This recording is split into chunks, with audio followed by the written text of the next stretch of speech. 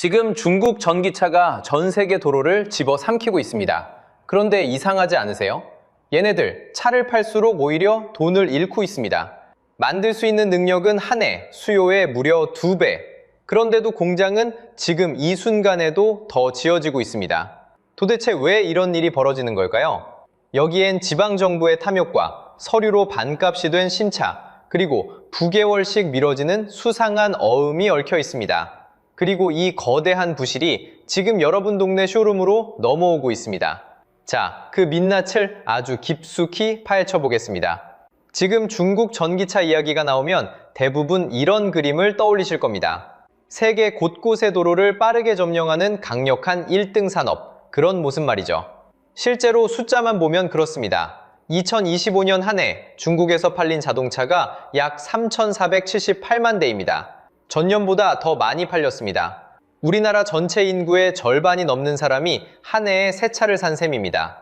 그러니 다들 역시 중국이 이겼다고 말합니다. 그런데 여기서 이상한 일이 벌어집니다. 차는 더 많이 팔리는데 정작 회사 통장은 점점 비어가고 있거든요. 장사는 분명히 잘 되는데 돈은 안 남는 가게 한번 떠올려 보세요. 손님이 줄을 서는데 사장님 얼굴은 갈수록 어두워지는 그런 가게 말입니다. 지금 중국 전기차 업계가 딱 그 모습입니다. 숫자로 보면 더 또렷합니다. 중국 자동차 산업의 이익률은 2017년만 해도 8% 수준이었습니다. 100원어치를 팔면 8원이 남는 장사였죠. 그런데 이게 2024년엔 4.3%까지 떨어집니다. 그리고 2025년엔 4.1%, 역대 최저를 찍습니다. 쉽게 말하면요, 100원짜리 차를 팔아서 손해주는 게 고작 4원이라는 뜻입니다. 동네 편의점 마진보다도 못합니다. 더 놀라운 건 이게 다른 산업보다도 한참 낮다는 겁니다. 카충국 전체 산업의 평균 이익률은 5.9%였습니다. 그러니까 첨단 미래 산업이라는 전기차가 평범한 옆 동네 공장들보다도 돈을 못 벌고 있다는 얘기죠. 여러분, 이게 말이 된다고 생각하세요? 자, 그럼 1등이라는 BYD는 좀 다를까요? 이 회사는 중국 전기차의 자존심 같은 곳입니다. 그런데 이 BYD조차 2026년 1분기 순이익이 1년 전보다 약 55%나 급감했습니다. 절반 넘게 날아간 겁니다. 그것도 한 번이 아니라 4분기 연속 내리막입니다. 잘 나가는 줄 알았던 5등생이 사실은 시험 점수가 계속 떨어지고 있었던 셈이죠. 상식적으로 생각하면 이상합니다. 많이 팔수록 돈을 더 벌어야 정상입니다. 그런데 이 사람들은 많이 팔수록 오히려 더 가난해지고 있습니다. 도대체 왜 이런 일이 벌어지는 걸까요? 그런데 여기엔 우리가 놓치고 있던 진실이 하나 있습니다. 이 적자가요, 회사들이 무능해서 생긴 게 아니라는 겁니다. 만약 이들이 일부러 알면서도 손해를 보고 있는 거라면 여러분은 믿으시겠어요? 왜 멀쩡한 기업들이 손해를 자초하는지 그 답은 의외로 단순한 곳에 있습니다. 바로 공장입니다. 자, 이 적자의 비밀은 무능이 아니었습니다. 오히려 정반대였죠. 중국의 기술력은 솔직히 인정해야 합니다. 배터리만 봐도 그렇습니다. CATL이라는 회사가 전 세계 배터리 시장의 약 40%를 쥐고 있습니다. 9년 연속 세계 1위거든요. BYD가 내놓은 슈퍼이라는 기술은 단 5분 충전으로 400km를 달립니다. 1초에 2km씩 채워지는 셈이죠. 우리 휴대폰 충전 속도가 부끄러워지는 수준입니다. 그러니 문제는 기술이 아닙니다. 진짜 문제는 따로 있습니다. 너무 많이 만든다는 겁니다. 숫자로 보면요, 지금 중국이 갖춘 전기차 생산 능력은 한 해 2천만 대를 훌쩍 넘습니다. 계획 중인 공장까지 합치면 무려 3,600만 대에 달하고요. 그런데 한 해 전 세계 전기차 수요가 얼마인지 아세요? 약 2천만 대입니다. 만들 수 있는 능력이 전 세계가 사주는 양의 딱 2배인 거죠. 쉽게 말하면 이런 겁니다. 동네 사람 100명이 치킨을 시켜 먹는데 그 동네에 치킨집이 200곳이 들어선 거예요. 절반은 손가락만 빨 수밖에 없습니다. 실제로 그렇습니다. 지금 중국 전기차 공장의 평균 가동률은 64.5%에 그칩니다. 쉽게 말해 공장 10개를 지어놓고 6개 반만 돌리고 있다는 뜻이죠. 나머지 공장은 불 꺼진 채 멈춰서 있습니다. 비싼 돈 들여 지어놓고 절반 가까이를 그냥 놀리고 있는 겁니다. 잘 나가는 몇몇만 빼면 상황은 더 처참합니다. 중국 전기차 회사 78곳 가운데 무려 31곳이 한 달에 5,000대도 못 만듭니다. 5,000대면 큰 공장 하나가 며칠이면 뽑아내는 양입니다. 그걸 한 달 내내 겨우 채운다는 건 사실상 공장 문을 열어둔 채 개점 휴업 상태라는 얘기죠. 여기서 다른 나라와 한번 비교해 보세요. 우리 현대차나 일본 토요타의 공장 가동률은 보통 90%에서 95% 사이입니다. 남들은 공장을 거의 쉬지 않고 풀가동으로 돌리는데 중국은 절반을 세워두고 있는 거예요. 같은 자동차 산업인데 체질이 완전히 다른 겁니다. 자, 그런데 여기서 정말 이상한 일이 벌어집니다. 상식적으로 생각해 보세요. 공장 절반이 노는데 차를 팔수록 손해를 보는데 보통은 어떻게 합니까? 공장을 멈추거나 줄이겠죠. 그런데 중국은 정반대로 갑니다. 지금 이 순간에도 새 공장을 더 짓고 있습니다. 한번 불을 붙인 용광로를 끌 수가 없는 거예요. 공장이라는 건 한 번 세우면 멈추는 순간이 더 무섭거든요. 직원 월급, 설비빚, 부품값은 공장을 세워둬도 꾸박꾸박 빠져나갑니다. 그래서 적자를 보더라도 일단 돌리고 보는 거죠. 그러니 손해를 뻔히 알면서도 차를 미친 듯이 쏟아냅니다. 그렇게 남아도는 물량은 헐값에 수출로 덤핑으로 흘러나갑니다. 이게 바로 절반이 노는데도 공장을 더 짓는 그 모순의 정체입니다. 그런데 여기서 진짜 질문이 남습니다. 도대체 이 회사들은 왜 망할 걸 뻔히 알면서 공장을 계속 지었을까요? 기업이 바보도 아닐 텐데 말이죠. 이 미친 짓의 진짜 범인은 따로 있었습니다. 자, 여기서 핵심입니다. 기업이 바보가 아닌데 손해를 자처한다면 누군가 등을 떠밀었다는 뜻이죠. 그 손은 바로 정부였습니다. 중국 중앙정부와 지방정부는 지난 10수년간 전기차에 수백조 원을 쏟아부었거든요. 보조금, 세금 감면, 헐값값 대출, 공짜나 다름없는 공장 투지까지요. 그러니까 기업 입장에선 차를 만들기만 하면 정부가 뒤를 봐주는 구조였습니다. 그런데 여기서 진짜 범인은 따로 있습니다. 도대체 왜 지방정부까지 이 불길에 기름을 부었을까요? 답은 간단합니다. 승진이거든요. 중국에서 지방 관료가 출세하는 길은 딱 하나, 자기 지역의 GDP 숫자를 키우는 겁니다. 쉽게 말하면요, 군수가 자기 임기 안에 공장 하나 유치하면 일자리가 생기고 지역 경제 수치가 올라갑니다. 그게 곧 승진 점수가 되는 거죠. 그러니 옆 동네가 전기차 공장을 지으면 우리 동네도 짓습니다. 수익이 나든 말든 상관없어요. 일단 짓고 보는 겁니다. 생각해보세요. 전국의 지자체가 너도 나도 똑같은 전기차 공장을 유치하기 시작합니다. 그 결과가 뭘까요? 지금 중국에 난립한 전기차 브랜드가 무려 122개입니다. 한 나라의 자동차 회사가 100개도 넘게 우후죽순 솟은 거예요. 동네마다 치킨집이 사람보다 많은 골목을 떠올려 보세요. 다 같이 튀기는데 다 같이 굽는 그림입니다. 이렇게 비슷한 업체들이 한정된 시장에 끼어들어 서로 제사를 깎는 경쟁을 경제학에서는 내권이라고 부릅니다. 쉽게 말하면 다 같이 더 열심히 일하는데 다 같이 더 가난해지는 제로섬 싸움이죠. 안으로만 소모되는 출혈전입니다. 배터리 쪽을 보면 이 내권이 얼마나 심한지 한눈에 보입니다. 중국 배터리 공장의 평균 가동률이 약 41%에 불과하거든요. 10대 만들 설비를 깔아놓고 넉 대만 돌린다는 뜻입니다. 나머지 6대 분량은 그냥 먼지만 뒤집어 쓰고 있는 거죠. 그런데 기업들은 왜 이 미친 경쟁에서 발을 못 뺄까요? 한번 정부 보조금에 길들면 빠져나올 수가 없기 때문입니다. 이걸 포로가 된 시장이라고 합니다. 한번 들어가면 다른 선택지가 없어서 손해인 걸 알면서도 계속 끌려다닐 수밖에 없는 구조를 말하죠. 보조금을 받으려면 정부가 정한 판매 목표를 채워야 합니다. 그러니 안 팔려도 일단 만들어 숫자를 맞춥니다. 결국 정부가 GDP를 위해 불을 질렀고 기업은 보조금에 묶여 그 불 속으로 차를 계속 밀어넣은 셈입니다. 자, 이제 여러분 머릿속에 한 가지 의문이 떠오를 겁니다. 안 팔린 그 많은 차들, 그 빚더더미는 도대체 어디로 사라졌을까요? 놀랍게도 이 쌓인 재고와 빚을 감쪽같이 감추는 방법이 있었습니다. 바로 숫자로 부리는 마술이죠.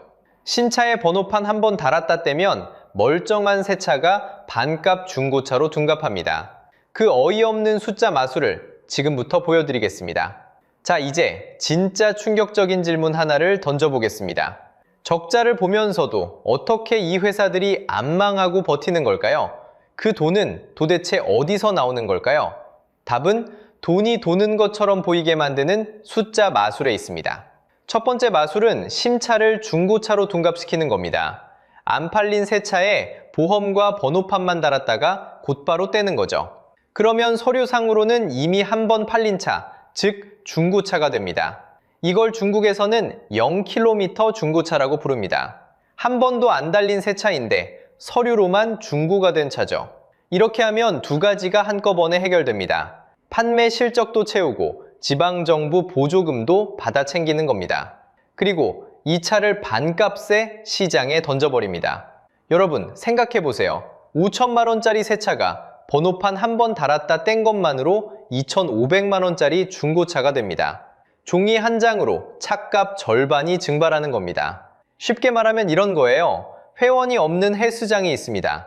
당장 이번 달 월세를 못 냅니다. 그래서 1년치 회원권을 반값에 막 뿌립니다. 일단 현금은 들어오죠. 그런데 그 회원들이 진짜로 운동하러 오면 어떻게 될까요? 감당이 안 됩니다. 미래의 손해로 오늘의 월세를 막는 겁니다. 0km 중고차가 딱 이 구조입니다. 팔수록 손해지만 안 팔면 당장 오늘 무너지니까 손해를 보면서 던지는 거죠.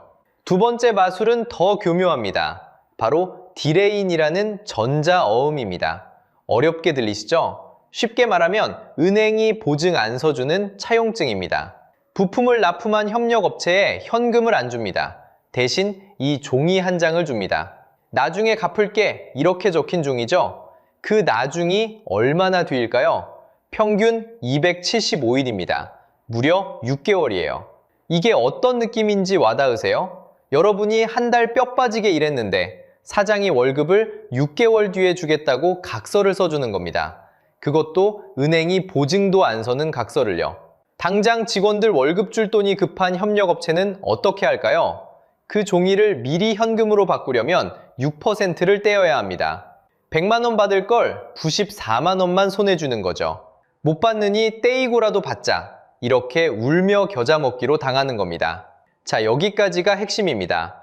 신차를 반값에 던지고 협력업체 돈을 9개월씩 미루고 그것도 모자라 2024년 말엔 모든 부품 단가를 한꺼번에 10% 깎으라고 통보했습니다. 이렇게 미루고 깎고 돌려막은 빚이 도대체 얼마나 쌓였을까요?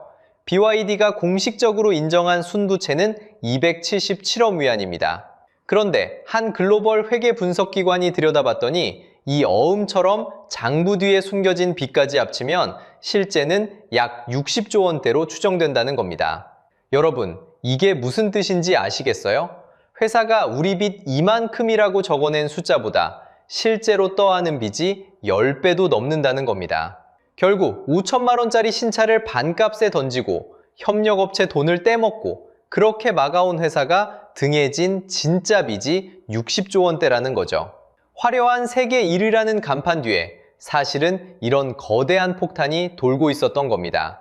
자, 그러면 여기서 이런 의문이 들죠? 이렇게 미친 듯이 깎고 미루고 던지면 그 손해는 결국 누가 떠안게 될까요? 그 청구서는 가장 약하고 가장 무서운 곳으로 날아갑니다.